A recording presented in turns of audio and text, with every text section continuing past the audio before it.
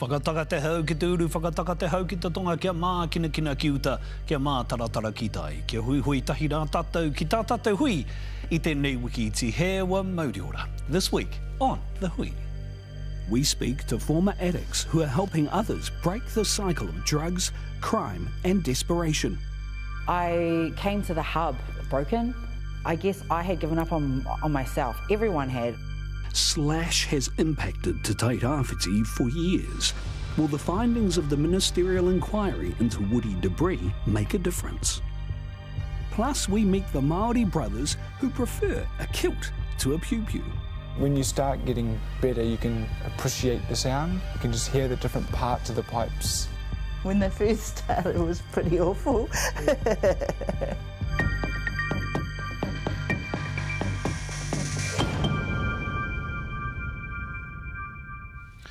Te hunga kōrero i aitua, waitu ere, waitu kikini, waitu ma te haramai. Haere. Tātou kei te pito ora ti hewa mauriora, and welcome back to The Hui.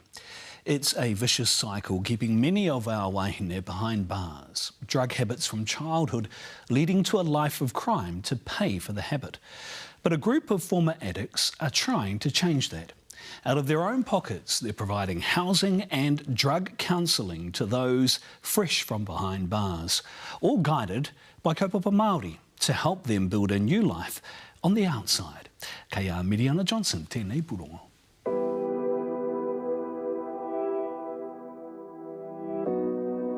Leslie Allen never had the chance to live a normal childhood. I've been an IV drug user since I was like 12, 13. It was that long ago when I was that young, I don't actually remember starting. Growing up on K Road in the 90s, meth was becoming rife. Cooking meth, selling meth, using meth, violence, gangs, all of that was just normalised for me, and it was like living in a movie. Her father was supplying all of Auckland Central. So my dad was a drug dealer, and the whole city calls him Pa because he fed a whole city. So I had to share my dad with everybody. Like, no one would ever sleep, okay? So everything was just always going. I was fresh to drugs, so taking meth meant that it hit me really, really hard. I found it quite exciting. To pay for her habit, she was faced with two options, prostitution or crime. She chose crime. Gangs, robbery, it was just a daily thing, so I was always caught up on a robbery charge. At just 34 years old, Leslie has had 152 convictions. Caught in the cycle of drugs and offending, she spent the better part of a decade in prison. This became her home. We as Māori people are now whakapapering back to jails now. Like, it's the only place that I would feel safe, I would get fed. That was my home. And all my whānau was there. So the land that I feel that I used to belong to is woody. The turning point was her father overdosing. My dad died with a needle hanging out of his arm. And that's when I decided that I needed to change, because I have a 20-year-old. And the last thing I want to do is give her that enormous weight to carry. And I was going down that road. I was an absent mother. I put addiction first, in and out of prison, involved with gangs. The last bit of the puzzle was for me to die with a needle hanging out of my arm.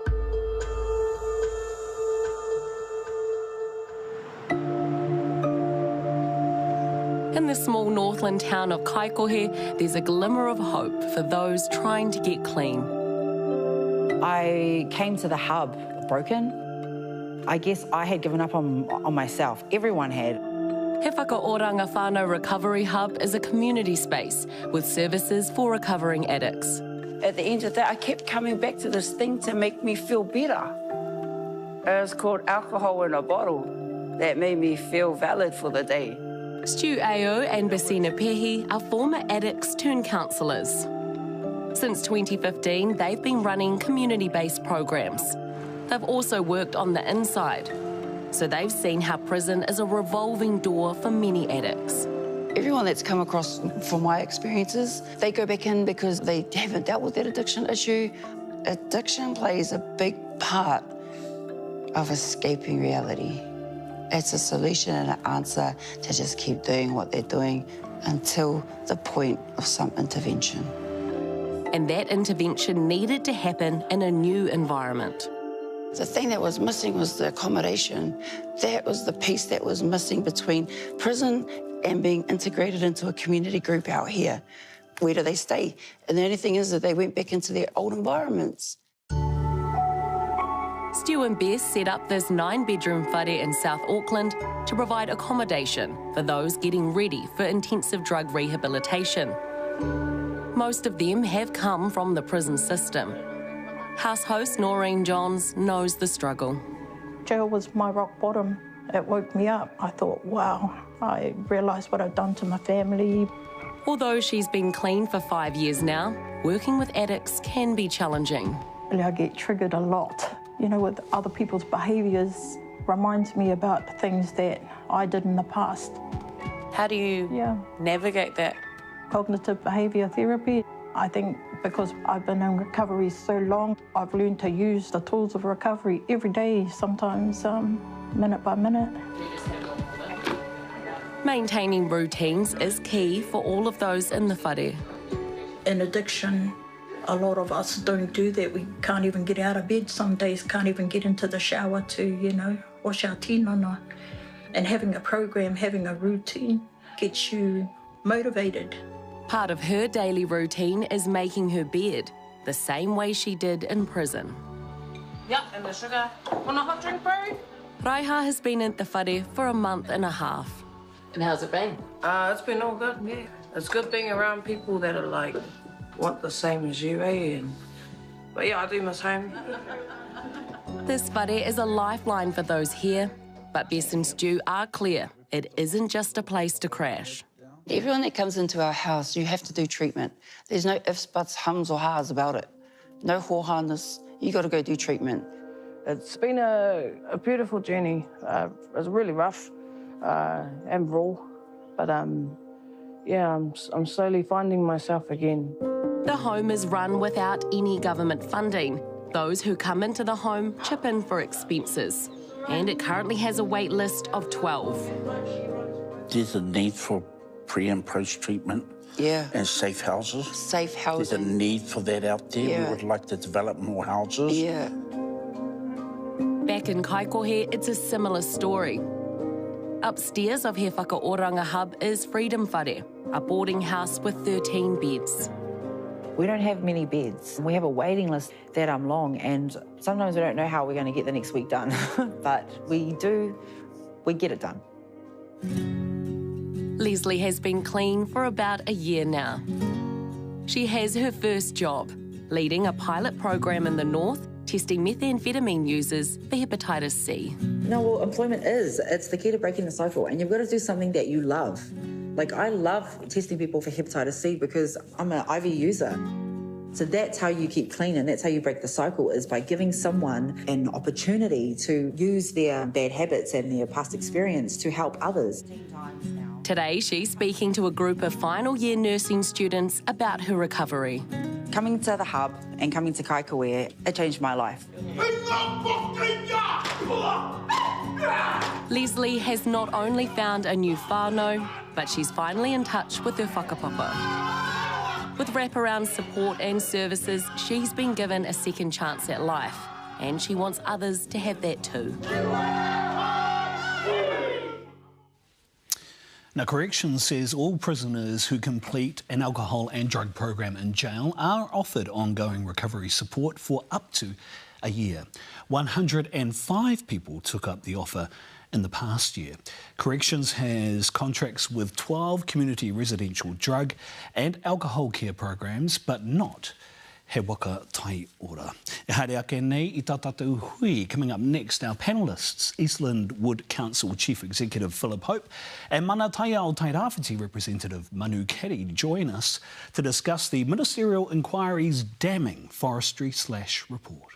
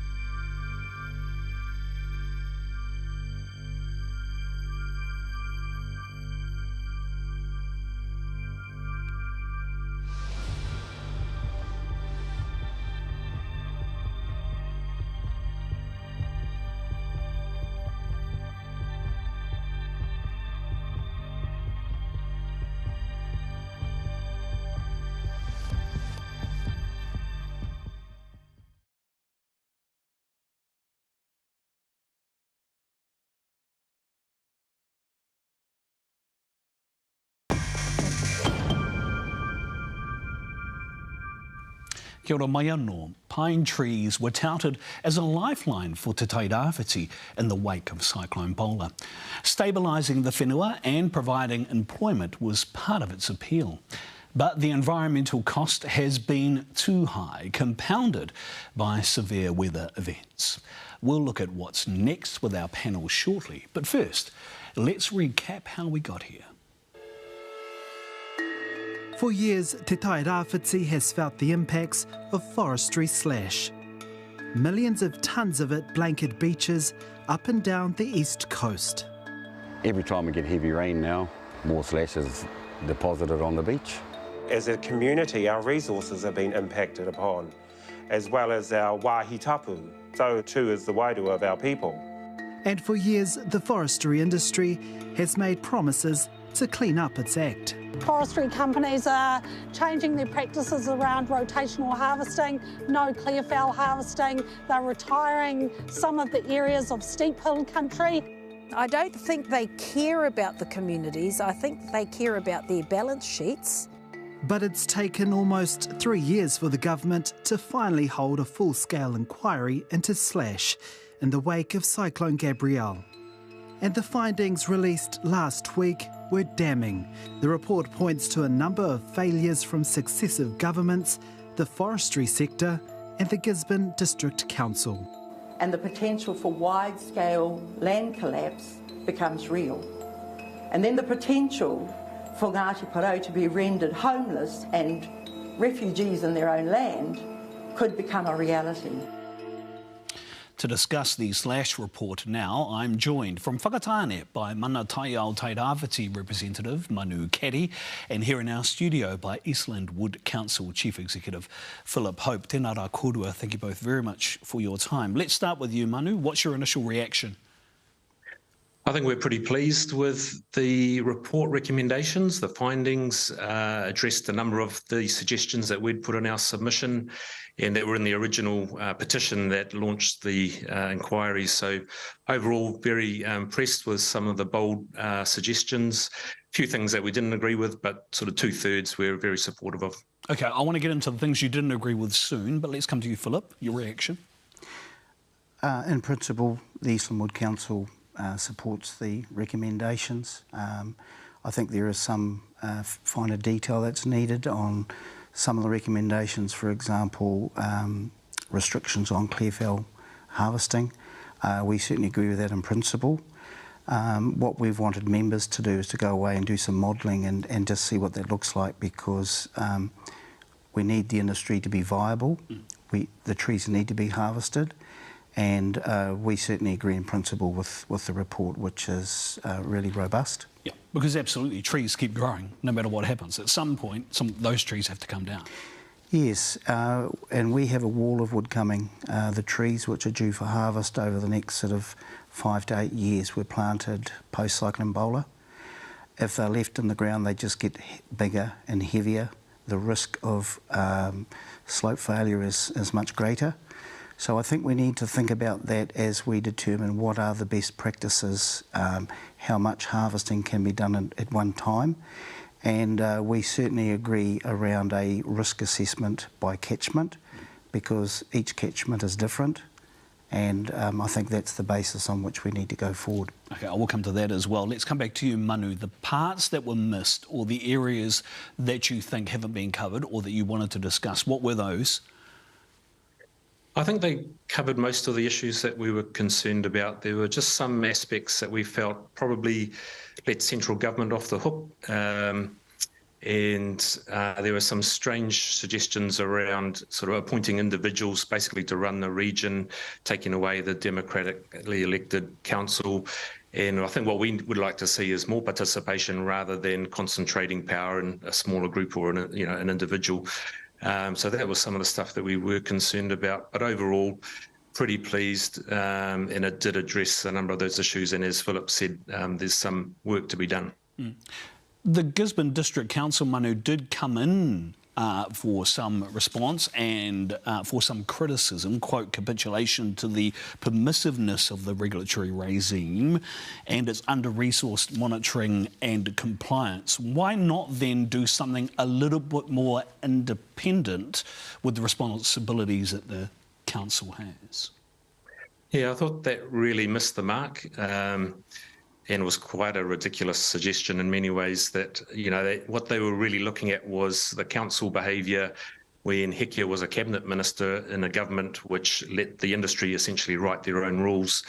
And so we had a council that since then, and particularly since 2017, 2018, prosecuted more companies successfully than any other council in the country, who have really beefed up the compliance and monitoring team. So instead of the industry self-regulating, which was the mantra under the previous governments and where the rules were set at central government, councils stepped up and expanded their monitoring and compliance team. You know, before they had 2 people in that period, and now they've got something like 12 or 13. And the other thing is council opposed those national rules that the previous national government set and allowed the industry to set right from when they were proposed. You know, I was a councillor back in 2010. We sent letters to government at that time. It got taken off Ministry for the Environment, given to MPI, who appointed industry people onto the working group to write the rules for themselves. And councillors all the way through opposed, as have hapu around the coast, saying actually those national rules aren't fit for purpose in a place like this with the massive erosion issues. We need to be able to have stricter rules in this region. And I think that's what the report has come out and found in a broader sense, but it's really overlooked the good work that council's done in the recent years. So I don't think there's any need for a commissioner to be appointed. And the other point is hearings commissioners. None of these consents were getting to hearings because they're all permitted under the national rules. So it's a bit of a, they missed the mark on that one, I think. Okay, the catchment by catchment basis approach that you mentioned earlier, Philip, how will that work? Why would that work in this case, do you think? Because there was a very broad brush to plantation post-cyclone Bola. We now know that a lot of steep faces should never have been planted in pine. The reality is they were. What Cyclone Gabrielle showed really was unprecedented failure of entire slopes with standing trees. And that's really what increased the impact on infrastructure over and above just traditional forestry / the result of harvesting. So you had failure of trees as a result of land failure, and you know, the impact was devastating. So I think we've got to take that same approach on a catchment by catchment basis, and that would not only determine how that block would be harvested, but also what parts of it would be retired, what sort of vegetation would be planted there. And what we're now reflecting back to, I guess the wisdom of Cyclone Bola is we're going back to what probably should have been planted subsequent to Cyclone Bola. What does that mean for timeline? This is going to take time. It's, you know, there's no magic wand here. If we, I guess, introduce the restrictions on the size of harvesting blocks, what we're saying is we're going to leave these trees in the ground longer in these vulnerable slopes. They're going to get bigger, they're going to get heavier. So there are no easy answers, but I think a catchment by catchment risk assessment is what's needed. What I do know from the forestry industry, and not every forestry company is a member of the Eastern Wood Council, but the leaders, the environmental planners are really happy with the report. Obviously there's some detail that they want to have input into, and I think this is the stage that we're at. We're not seeing the appendices until Friday this week, and I think that's going to provide context to the report that we saw on Friday. Manu, I think the report says 5 to 10 years to act. How realistic is that, do you think? As Philip said, you know, these are long-term issues. It's taken a while to get to this point. The trees aren't going to go anywhere quickly. But what some of the suggestions that we had were, let's not plant any more pine. We don't need any more. What we need are incentives, particularly through the ETS, to favour natives. And let's get those permanent, diverse native forests back on the land as quickly as possible. So rather than replanting in pine, we can do better than that. There's a move to talk about transition forests, you know, sort of some magic science that will allow pines to become natives.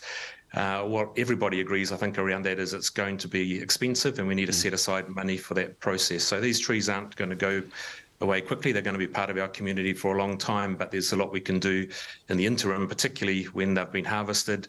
And also on pasture, you know, I think the report missed the issue of farming and what we do with the erosion that's caused on farmland and steep erosion-prone pasture. So that's another area that you can see some real transition quickly. Tēnā koe, Manu. I think you mentioned an issue about cost. There's also a cost in doing nothing, right? Ngā mihi nui kia korua. Thank you, Manu Keddy, joining us, and whakatāne Philip for joining us in the studio. Tēnā rā. Korua tahi. Kia ita tonu mai rā. E ngai, we stay with us on Tātātou Hōtaka Arai, Tātātou Hui. He kororo pū ngā wī te haere ake nei. Mixing Scottish and Māori whakapapa. The Armstrong brothers are taking on the world.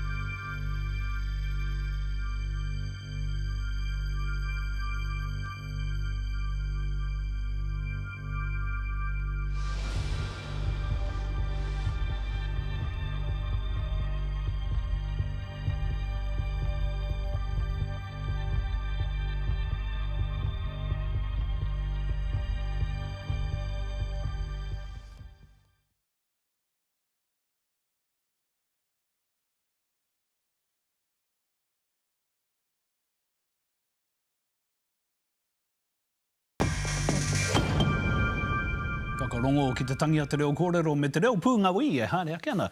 For the Armstrong brothers from Rotorua, bagpipes and pipe bands have become a way of life.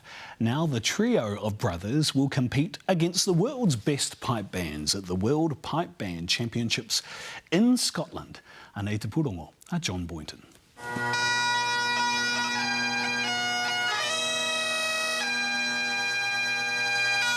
There's no mistaking the haunting sound of bagpipes.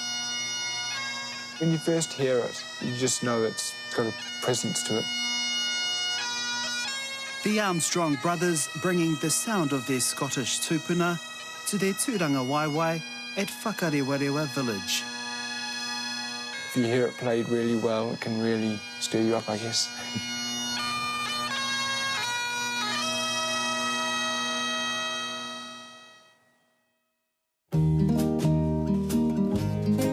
Pipes are all sort of the same.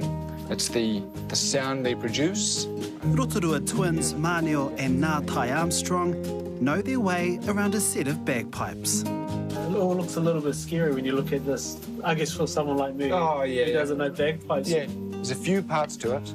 This one's the bass reed. The 20-year-olds first started playing as teenagers after their parents, Leslie and Roger, signed them up. I sort of say to them, right, you need a sport and an arty for the year. And they hadn't chosen anything. I said, if you don't choose, I'm going to put you into bagpipes. But they quickly found their groove, and they've been playing for 7 years. When they first started, it was pretty awful. And that's like most people that are in those bands, once they get hooked, they're in it for life, really. And the twins are hooked on bagpipes. I guess when you start getting better, you can appreciate the sound. You can just hear the different parts of the pipes. Have you had any noise complaints? No, we're lucky. Our neighbours, seem to love it. The bagpipes are taking them around the country. Today the boys are in Wellington practising with the National Youth Pipe Band. What did your mates at high school think when you told them you played the bagpipes? I never told them. I thought it was kind of embarrassing. I think embarrassing is the right word because you're walking around in kilts, skirts, playing a noisy instrument. Stuart McHale is a board member for the Royal New Zealand Pipe Band Association. Now those times have changed. I think people like being a bit different and like being involved in more unusual things. We just thought it was just an instrument for all people to play at Anzac, and it's a lot bigger than that. Stuart, like the Armstrong brothers, grew up in Rotorua, an area known for its kapahaka prowess. But he says not all kids fit into that space. If you've got a distinct voice and you can't find your space in music because kapahaka is largely up on stage and singing, so for quiet people, this is their way to be loud without sort of using their vocal cords. Did the boys prefer wearing a kilt or a pew-pew? They're still part of a group. They're still wearing a type of dress. Yeah, they would prefer to wear a kilt to a pew-pew. I did kapahaka until like year 8, and then this sort of just took over. Their younger brother, Cairo, also plays in the pipe band as a drummer. Yeah, it's just met lots of new people from like all over the country and all over the world. And he sees the appreciation his whānau have for the music. Whenever we go to events, we always have like aunties and uncles saying that, oh, can you play for us? Oh, they just think it's cool. Yeah, it's kind of like merging two cultures, I guess. I can tell that they are really proud of being Māori, and, you know, Armstrong, you can't get too much more Scottish than an Armstrong surname like that. Today, the brothers are representing their whānau at the National Anzac Day service. It's being held at the Pukeahu National War Memorial in Wellington.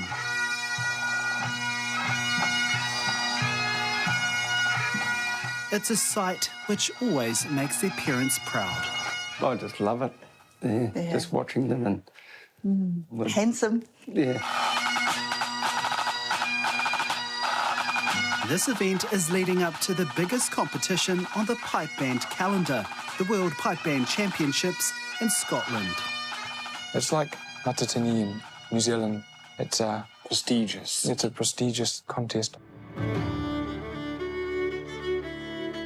The Armstrong brothers will compete in Glasgow with the Auckland District's pipe band. We're pretty excited to go. The only ones in our band who haven't been to Scotland, and it looks like it's going to be quite an exciting trip. They watch a lot of pipe bands on TV. Yeah, especially the ones in Scotland that have been taking out, you know, the championships. 150 top bands will be competing. There'll be tens of thousands of spectators. Great emotional impact. And it's broadcast on the BBC. Even if we place top 10, that would be a huge achievement. Stuart hopes other young Māori follow suit and can be inspired by the Armstrong brothers. It's about soaking up the experience. It's about representing your family, representing your mum and dad back at home and being up on TV and enjoying it. And they'll be taking a piece of home with them. You're always proud of your children, aren't you? And you're always there, hopefully, to encourage them. We've sort of got to the stage now where we have to back off because they're getting older and they're finding their own path with their music. But we're always number one supporters, always.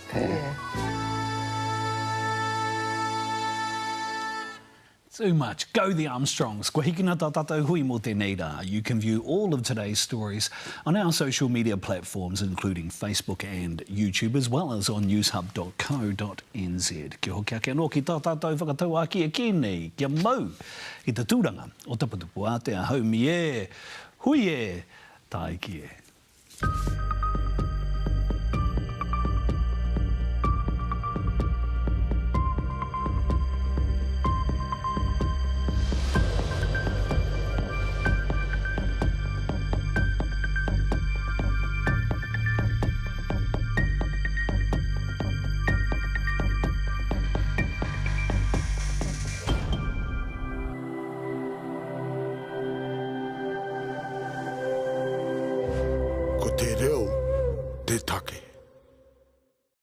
Nā te puna whakatongarewa, te hui i tautoko.